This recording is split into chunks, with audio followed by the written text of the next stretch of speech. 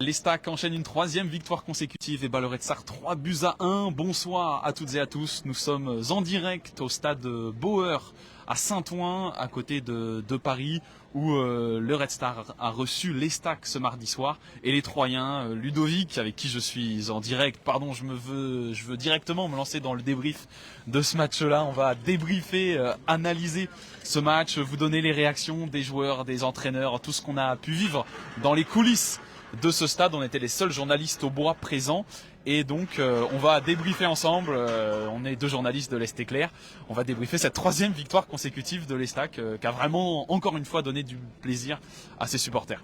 On va débriefer sous la pluie. Sous la pluie, effectivement. Ouais. Il faisait bien frais ce soir pour une fin de mois de septembre, mais les Troyens ont réchauffé un petit peu nos petits cœurs. On a passé une belle soirée encore. Pour une nouvelle belle victoire 3-1, cette fois au Red Star, qui n'est pas une équipe du bas du classement, mais qui jouait aussi ou qui joue les premiers rôles comme les Stacks en ce début d'année. Ouais, je sais pas si je vais faire le monsieur statistique du débrief, mais en tout cas, après sa victoire contre Guingamp samedi dernier, les Stacks étaient passés deuxième de Ligue 2.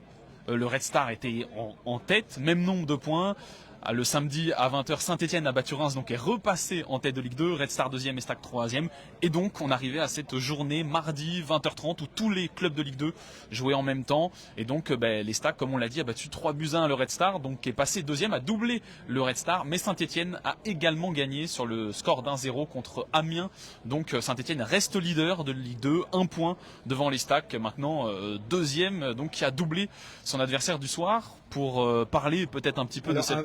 Avant, il faut quand même bien rappeler un petit peu comment ça s'est passé, parce que alors c'est drôle, c'est que les gens qui regardent à la télé le match ont une caméra qui est braquée sur la tribune dans laquelle on était, une tribune qui était pleine, mais sinon tout le reste du stade est vide. Enfin, eux, il y a une seule tribune remplie, c'est ça que tu veux dire. Voilà, et quand on est tout en haut dans la tribune de presse, et pendant une partie de la rencontre, quand les Stacks a inversé la tendance en première mi-temps, Matteo regardait toujours le classement en se disant on est premier. Bon, bah finalement aujourd'hui, alors je ne disais pas on est premier, je disais les Stacks est première.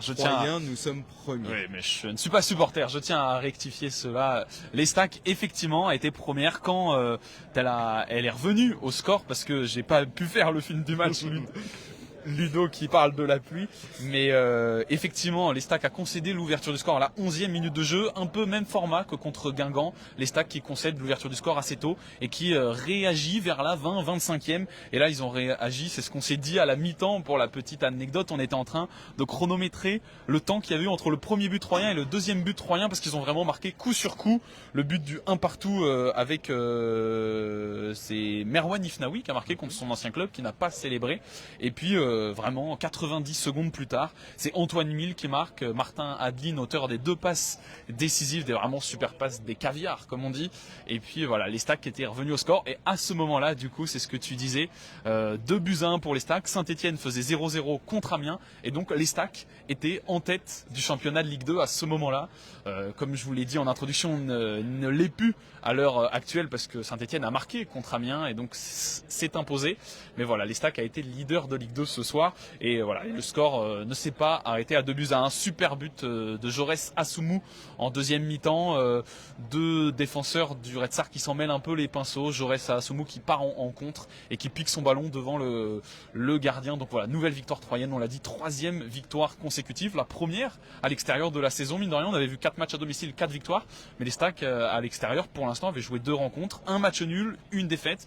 Donc là vraiment ils ont confirmé. Moi j'ai demandé aux joueurs qu'on a pu croiser en zone mixte s'il y avait encore plus de pression, s'ils se sentaient encore plus attendus après leurs bons résultats ces derniers temps.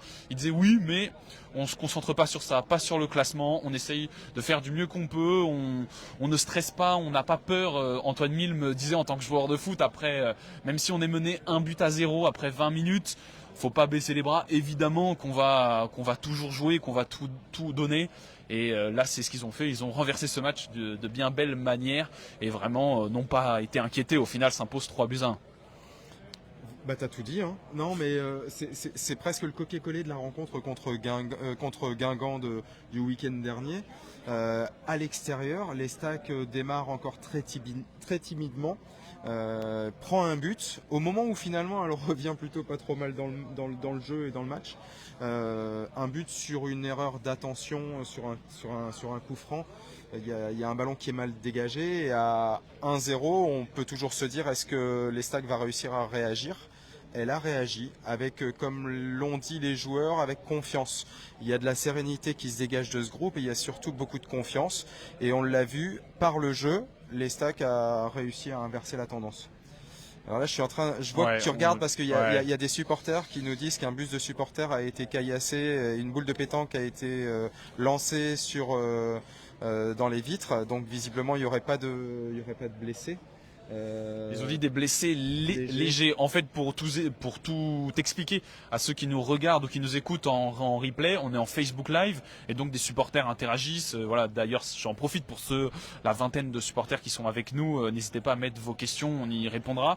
Et là, effectivement, comme tu l'as dit, on a eu un message qui nous dit un de nos puces a été attaqué à la sortie, vitre cassée avec pavé et boucle de pétanque, des blessés légers. Et Jean-Paul qui dit quelle honte, je pense en répondant à ce message-là, on ne disposait pas de ces informations. Merci en tout cas de nous avoir envoyé ce message-là. On espère que tous les supporters troyens vont bien, qu'ils vont pouvoir rentrer chez eux en bonne santé. Effectivement, ça reste que du football. Hein. Il faut aussi savoir que là, on est juste à côté du bus de l'Estac. Les joueurs sont pas encore partis.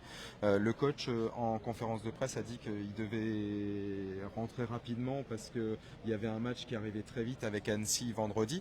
Mais en tout cas, le bus n'est pas encore parti. On espère que le bus ne sera pas caillassé. C'est vrai qu'on est dans une zone un petit peu chaude du nord de Paris. Ouais.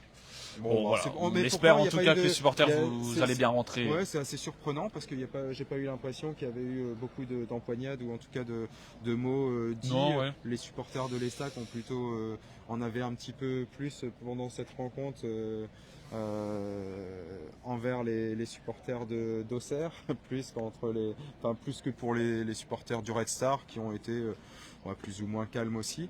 Moi, j'ai quelque chose à remarquer malgré tout sur cette rencontre. C'est vrai que, comme on disait, il y a eu vraiment quelque chose qui s'est passé. C'était sympa entre le public qui s'est déplacé, un peu plus de 200 supporters, et le groupe de l'Estac, plus de 200 supporters de l'Estac. Oui, bien sûr.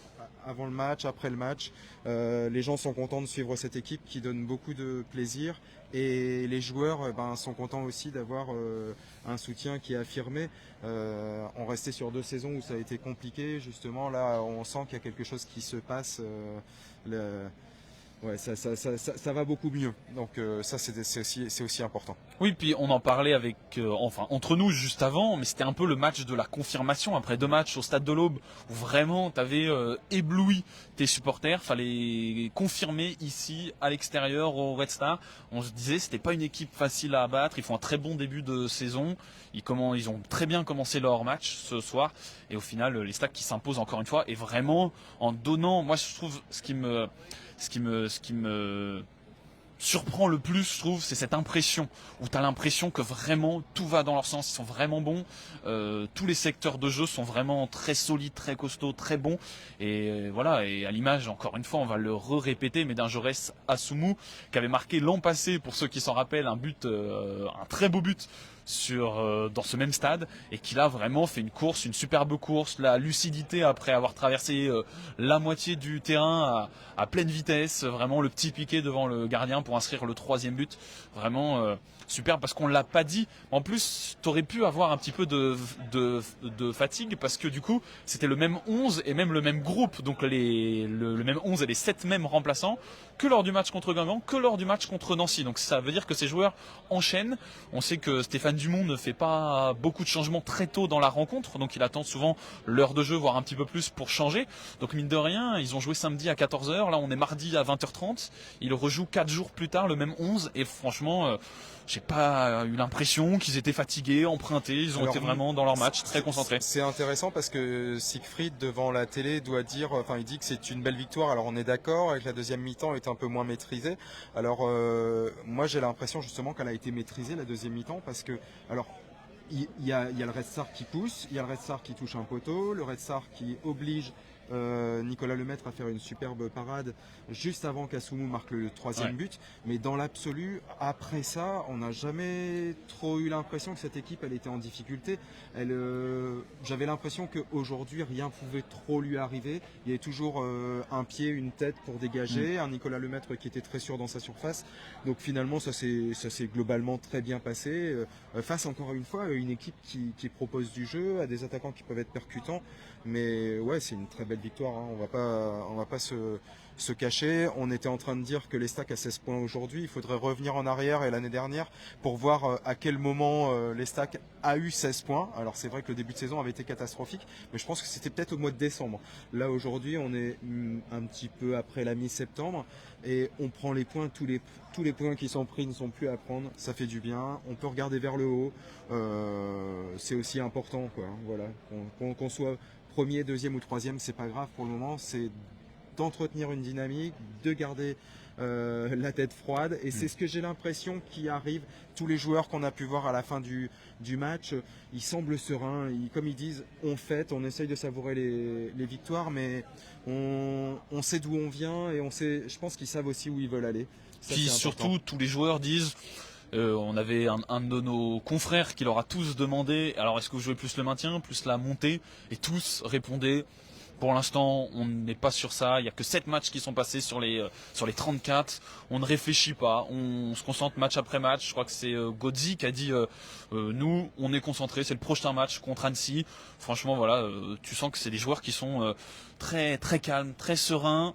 Ils se projettent pas déjà au match d'après à voir est-ce qu'ils peuvent prendre la tête, est-ce que Saint-Etienne, je leur ai même pas posé la question, mais je pense que si je leur avais dit alors est-ce que vous avez vu le score de Saint-Etienne, vous en pensez quoi, ils m'auraient répondu, vu comment ils sont, vu comment le coacher ces derniers temps, dans la même lignée de dire on se concentre pas sur les autres, on se concentre sur nous, on veut s'améliorer. Stéphane Dumont répète très régulièrement en conférence de presse qu'il y a toujours des petits points à changer dans son effectif, petits réglages, et donc il s'attelle à ça, il se concentre pas sur les autres, il se concentre sur les stacks. Donc voilà, je pense que c'est le plus important. On a eu un autre message, alors on se renseignera hein, sur les bus après notre direct, là c'est un peu compliqué de le faire maintenant, vous comprendrez, mais en tout cas on a un message qui nous dit c'est juste le bus des Ultras qui a été attaqué, le deuxième bus, parce qu'il y a plusieurs bus, le deuxième bus n'a rien, donc en tout cas on le répète, mais on espère sincèrement que tout le monde va bien et que tout le monde peut rentrer tranquillement chez soi, et que voilà, que les blessés vont bien et que c'est pas trop grave. Il y a Jean-Paul qui nous dit même à 3-1 on a eu peur jusqu'à la fin. Alors là je reviens un petit peu, je sais pas si Jean-Paul était devant sa télé, mais moi j'ai pas eu peur, quoi. Encore une fois, j'avais cette sensation de maîtrise. En tout cas sur le bord du terrain. Alors peut-être qu'on n'a pas perçu les mêmes choses, mais quand on est à 3-1, on sait aussi que ça peut aller vite devant. Je trouve que le coach a fait des changements intéressants parce qu'il a sorti Joras Asumu et Martin Adeline qui ont fait un gros match. Et je pense alors même si Joras était peut-être un petit peu touché, mais il les a aussi préservés pour vendredi. Ils sont déjà dans la projection d'un match qui arrive dans 3 jours. Ils sont encore pas partis. On voit encore le bus qui est là. Donc ils sont encore pas rentrés.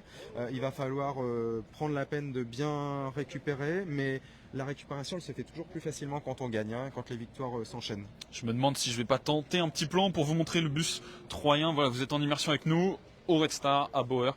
Voilà, vous le voyez juste ici, le bus de l'Estac qui n'est toujours pas parti, voilà, dans l'enceinte du stade. Alors nous, vous pouvez sûrement vous dire que la vue n'est pas super belle, qu'on est devant une grille. Alors vous voyez le stade en fond, c'est qu'en fait il a déjà fermé.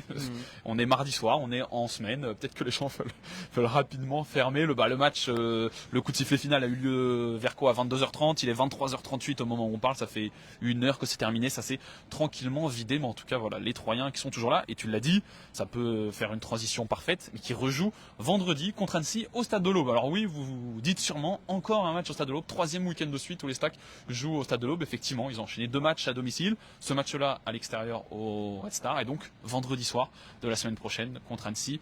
Voilà. J'avais envie de dire attention messieurs, nous allons devenir exigeants. Parce mais que ça s'est bien forcément passé, et avec les équipes qui ont des qualités, on en a encore vu ce soir, on a envie d'en voir encore davantage, on a envie que la confirmation de la confirmation redevienne confirmation. Voilà. Puis forcément, maintenant qu'on sait de quoi est capable cette équipe-là, on a effectivement envie d'en attendre plus, parce que si ce qu'on voit là c'est leur vrai niveau de jeu, ce que moi sincèrement, je pense, tout ça est évidemment aidé par la mise en place tactique de Stéphane Dumont. Je pense que vraiment, ces joueurs-là, on serait déçus de les voir moins bien jouer lors des prochaines journées. Surtout que là, encore une fois, on l'a répété lors du dernier débrief qu'on a fait, mais contre Nancy, les gens pouvaient se dire c'est un promu, c'est que Nancy. Contre Guingamp, déjà, c'est un club, vraiment un bon club de Ligue 2, club de Ligue 2 plus, comme on disait avant le match. Et donc voilà, et là, contre le Red Star, encore une fois, deuxième de Ligue 2, qui a fait une très bonne saison. Les Stacks n'a pas tremblé. C'est une très belle série. Ouais, donc c'est important. Et puis de toute façon, quoi qu'il advienne, comme l'avait dit le coach de Laval la semaine dernière, ou cette semaine, il disait, hormis Saint-Etienne, alors bon, ça n'engage que lui, toutes les équipes peuvent battre, enfin tout le monde peut battre tout le monde. J'ai l'impression que c'est un petit peu la vérité, mais ça fait du bien de voir que justement les Stacks s'extirpent des pièges, parce que c'en est un quand on est mené à domicile par Guingamp 1-0 face à une équipe qui avait très très bien débuté, c'était compliqué et les Stacks a réussi à inverser la tendance. Et ce soir, quand on joue à Bauer, alors il n'y a pas une ambiance de dingue, hein, on n'est pas à l'Olympique de Marseille, mais quand on est mené, quand on vient de faire 2 victoires à domicile, on peut éventuellement se dire qu'on va se reposer sur ses lauriers, voilà. Finalement, ils arrivent encore une fois sereinement par le jeu à inverser la tendance. Je trouve que c'est assez fort. Donc, et puis avec des joueurs qui sortent du lot, parce que les supporters le disent. Effectivement, il y a des joueurs qui n'étaient pas titulaires l'année dernière et qui sont aujourd'hui presque indiscutables, ouais, ou on a des indispensables. messages sur Asumu, Adeline, Godzi. Alors chacun a un peu un cas différent, mais effectivement, c'est des joueurs qui étaient sur le banc l'an passé. Leur deuxième année à 3, en tout cas pour Adeline et pour Godzi. Asumu est là depuis un peu plus longtemps, mais vraiment qui confirme et qui montre un niveau qu'on n'avait pas vu d'eux ou partiellement l'an passé. Donc il n'y a pas que, hein. Finalement on se rend compte qu'il y a des joueurs qui franchissent des caps. Un Diop a pu faire des très très bons matchs l'année dernière, il manquait de régularité. Là on voit qu'il y a un poste qui est un peu nouveau, même si aujourd'hui il s'est pas mal projeté, mais j'allais dire il a encore été bon, il a encore fait beaucoup de kilomètres, parcouru beaucoup de kilomètres, donc ça c'est important. Bourra a fait son match, tout le monde a plus ou moins fait son match aussi, avec un très bon Nicolas Lemaître dans les buts. Bon, voilà, ça fait du bien, et on préfère avoir du mal à ressortir parfois des joueurs, même si là il y en avait, hein, parce que Martin Adeline a fait encore un très bon match. 2 passes D encore pour Martin Adeline, qui est le meilleur buteur troyen de cette saison avec 3 buts. Alors j'ai pas comptabilisé les passes, j'ai comptabilisé les buts juste avant le match. Mais il avait 3 buts, on n'a pas dit, mais le premier but d'Antoine Mille, c'est vrai qu'il y a 8 buteurs différents en tout cas cette saison pour les Stacks. On n'est qu'après 7 journées, donc oui c'est prometteur. En direct, le bus de l'Estac vient de partir, vient de quitter le stade du Red Star, 23h41-42 sous la pluie. On nous demande s'il fait froid. Oui, effectivement, il fait froid, il pleut, c'est pour ça que vous voyez que ma coupe tient de moins en moins. Et voilà, j'ai oublié le manteau, donc effectivement, il fait froid. Et alors, merci David. Siegfried dit qu'il y a encore une belle marge de progression pour l'équipe, et ça aussi, je pense que c'est c'est un vrai plus. C'est qu'on l'a vu que défensivement, il y a eu un petit peu de déchets qui a fait que l'équipe a pris un but assez rapidement, mais l'équipe s'est créé beaucoup d'occasions, notamment en première période, qu'elle n'a pas toutes converti toutes ces occasions. Donc ça c'est important. On voit que forcément aussi dans la maîtrise du jeu, parfois dans les temps forts ou dans les temps faibles, il peut encore y avoir des progrès, mais globalement c'est quand même super positif, hein, voilà. Ouais. Non, vraiment, alors, je sais pas si vous entendez, j'espère que les micros marchent bien, que le son marche bien, n'hésitez pas à nous dire. Mais ils enlèvent les barrières juste à côté de nous. Je pense très honnêtement que dans quelques minutes, on va nous demander de partir. Donc voilà, je crois que c'était bien. On va clôturer. Qu'est-ce qu'il y a dans le journal de demain? Il y aura un mot sur le match, un petit mot sur les joueurs aussi qui ont fait une belle partie, une belle prestation, quelques stats, et puis voilà. Et sur la partie vidéo, 2 joueurs sont passés en zone mixte, se sont arrêtés, ont accepté de répondre au micro de l'Est Éclair. Antoine Mille et Paolo Gozzi, donc retrouvez leurs interviews dans la soirée, accès gratuit sur lestéclair.fr. Et puis le replay du débrief, bien évidemment, pour ceux qui l'ont manqué, pour ceux qui ont rejoint en cours, n'hésitez pas à retrouver ça sur le site, sur toutes les plateformes. Voilà. On me dit protège-toi bien Mathéo, effectivement là le cahier avec les petites notes pour le direct est trempé, je suis trempé, je pense qu'on va rentrer. et rentrer au chaud et se retrouver donc vendredi soir pour Estac Annecy. On sera là, on espère que vous aussi, parce que voilà, s'il y a une période où faut être présent, faut suivre cette équipe de l'Estac, je pense que c'est celle-là. Les supporters prennent du plaisir au stade. Je pense que on l'a dit, encore plus de 200 ultras, enfin en tout cas supporters dans le parcage troyen ce soir, et voilà, on espère qu'ils ont pris du plaisir. On imagine qu'ils ont pris du plaisir, et on avait un petit message sur les belles images des joueurs qui sont allés les voir avant, après. Effectivement, alors j'ai pas fait tous les déplacements l'an passé, mais j'ai pas souvenir qu'à chaque fois les joueurs allaient en intégralité saluer les supporters avant le match jusqu'au parquage, et là c'est ce qu'ils ont fait, donc on va pas retenir la saison passée. En tout cas cette saison, on sent qu'il y a un lien qui se recrée. Ouais. On l'a dit aussi, c'est quand même beaucoup plus simple d'aller voir le public avant un match quand on enchaîne les victoires, que lorsqu'on est au fond du trou. C'est complexe quand on a du mal, quand on est joueur, de devoir aller voir les supporters quand tout va mal. Là, comme le disait quelqu'un juste avant, se souvenir d'où étaient les Stacks il y a quelques mois. Bon, maintenant ça commence l'air de rien, avec la deuxième saison qui avait été plutôt très intéressante, ça commence un petit peu à faire loin la période, la vraie mauvaise période, mais profitons, parce que encore une fois on a pas mal souffert ces 2 dernières années, donc quand il y a des victoires,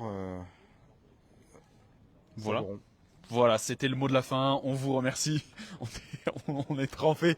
Merci à tous, en tout cas, de nous avoir suivis. Vous êtes très très nombreux à chaque fois. Donc voilà, c'est un plaisir de débriefer ces matchs-là de l'Estac avec vous, d'échanger avec vous, même sous la pluie, dans n'importe quelle condition, dans n'importe quel stade. On échangera avec vous et c'est un plaisir. Merci beaucoup. Passez une bonne soirée. Ciao, ciao.